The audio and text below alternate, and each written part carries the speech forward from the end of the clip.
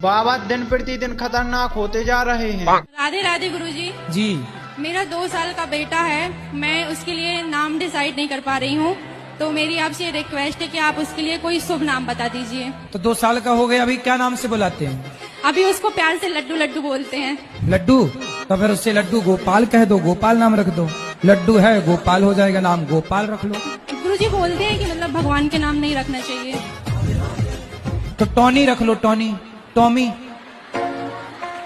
Tommy रख लो। No गुरुजी। फिर भगवान के नाम गोपाल तुम्हें अच्छा नहीं लगा तो टॉमी रख लो। अच्छा शेरू, लगा। शेरू।